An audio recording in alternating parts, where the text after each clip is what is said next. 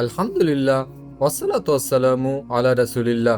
প্রশ্ন করা হয়েছে যে দাজ্জালের ডিজিটাল ট্র্যাপ বা ডিজিটাল ফাঁদ কি? বর্তমানে আমরা যা দেখছি, মানুষের শরীরে চিপ ইমপ্ল্যান্ট বা মাইক্রোচিপ বসানোর কথা, এটি কি মানুষকে নিয়ন্ত্রণ করার একটি দাজ্জালি প্রক্রিয়া কি না? প্রথমে আমাদের বুঝতে হবে, রাসূলুল্লাহ সাল্লাল্লাহু আলাইহি সাল্লাম বলেছেন দাজ্জাল হবে এক চোখ বিশিষ্ট।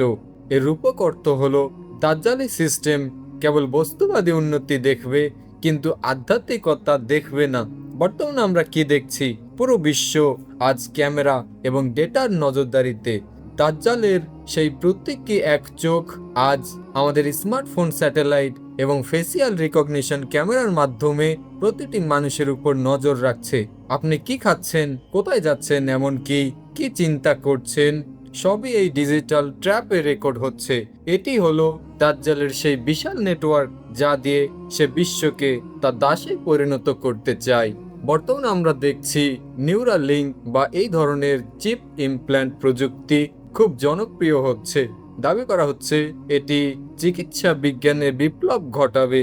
কিন্তু চিন্তা করুন, যদি আপনার শরীরে বা মস্তিষ্কে একটি ইলেকট্রনিক্স চিপ থাকে যা ইন্টারনেটের সাথে যুক্ত, তবে কে কাকে নিয়ন্ত্রণ করছে? আপনি যখন এই চিপের মাধ্যমে আপনার ব্যাংকিং বা সিকিউরিটির কথা চিন্তা করবেন, তখন সেই চিপের কন্ট্রোল যে সেন্ট্রাল সার্ভারের হাতে থাকবে, সেই হবে আপনার প্রকৃত মালিক। ইসলাম আমাদের শেখায় আল্লাহ ছাড়া কারো গোলামি না করতে, কিন্তু এই ডিজিটাল চিপ মানুষকে প্রযুক্তির দাসে পরিণত করেছে। এটি কি দাজ্জালের সেই সিস্টেম নয় যেখানে বলা হয়েছে যে তার এক হাতে জাহান্নাম এবং অন্য হাতে জান্নাত থাকবে? অর্থাৎ আপনি যদি তার সিস্টেম গ্রহণ করেন, তবে আপনি সুযোগ সুবিধা বা ডিজিটাল জান্নাত পাবেন, আর যদি তার সিস্টেম গ্রহণ না করেন, আপনি সমাজ থেকে বিচ্ছিন্ন অর্থাৎ ডিজিটাল জাহান্নামে পড়বেন। আমরা বর্তমানে প্রায় একটি ক্যাশলেস বা কাগজে মুদ্রাবিহীন সমাজে প্রবেশ করছি। এর সাথে চিপ ইমপ্ল্যান্টের সম্পর্ক কি? যখন আপনার শরীরে চিপটি আপনার ওয়ালেট হবে, তখন কেন্দ্রীয় শক্তি চাইলেই 1 সেকেন্ডে আপনার সমস্ত সম্পদ ফ্রিজ বা বন্ধ করে দিতে পারবে। হাদিসে আছে, দাজ্জাল যখন আসবে তখন সে বৃষ্টি বন্ধ করে দেবে এবং সম্পদ আটকে দেবে, যদি না কেউ তাকে মেনে নেয়। আজ এই ডিজিটাল ট্র্যাপের মাধ্যমে সেই পরিবেশ তৈরি করা হচ্ছে। আপনি যদি তাদের দেওয়া ডিজিটাল আইডি বা চিপ না নেন, তবে আপনি খাবার কিনতে পারবেন না, যাতায়াত করতে পারবেন না। এই যে মানুষকে বাধ্য করা, এটি হলো দাজ্জালের সবচাইতে বড় অস্ত্র। আল্লাহ সুবহানাহু ওয়া তাআলা মানুষকে আকল বা বিবেক দিয়েছেন এবং স্বাধীনভাবে সিদ্ধান্ত নেয়ার ক্ষমতা দিয়েছেন। চিপ ইমপ্ল্যান্টের মাধ্যমে যখন চেষ্টা করা হচ্ছে মানুষের মস্তিষ্ক, আবেগ এবং চিন্তাকে সরাসরি ইলেকট্রিক সিগন্যালের মাধ্যমে নিয়ন্ত্রণ করতে, বিজ্ঞান আজ একে বলছে হিউম্যান 2.0 বা উন্নত মানুষ। কিন্তু লজিক্যালি এটি হলো মানুষের রোবোটাইজেশন।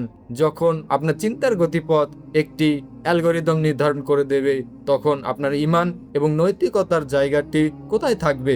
দাজ্জালি ফিতনা হলো মানুষের অন্তর থেকে আল্লাহর বিশ্বাসকে সরিয়ে দিয়ে সেখানে প্রযুক্তির ভয় এবং মোহ বসিয়ে দেয়া। বর্তমানকালের এই চিপ প্রযুক্তি সেই পথটিকে পরিষ্কার করছে।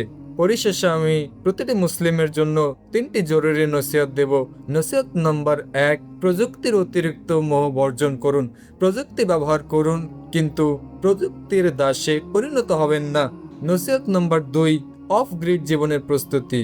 নিজেকে এবং পরিবারকে যতটা সম্ভব এই ডিজিটাল নজরদারি থেকে দূরে রাখার চেষ্টা করুন। এবং নসিহত নম্বর 3, সূরা কাহাফ পাঠ করুন। দাজ্জাল থেকে বাঁচার একমাত্র আধ্যাত্মিক বর্ম হলো এই সূরা আল কাহাফ। এর অর্থ বুঝুন যে কিভাবে 4জন যুবক একটি গুহায় আশ্রয় নিয়ে নিজেদের ঈমান বাঁচিয়েছিল। দাজ্জাল আজ আর কোনো ভৌতিক গল্প নয়, বরং আমাদের হাতের স্মার্টফোন এবং ভবিষ্যতের চিপ ইমপ্ল্যান্টের মধ্যে তার ফিতনা লুকিয়ে আছে। আমাদের কাজ হলো আল্লাহর দেয়া জ্ঞান ব্যবহার করে এই ডিজিটাল ট্র্যাপ থেকে নিজেদের ঈমানকে রক্ষা করা। আল্লাহ আমাদের সবাইকে হেফাজত করুন। ওয়া আখিরু দাওয়ানা আনিল হামদুলিল্লাহি রাব্বিল আলামিন।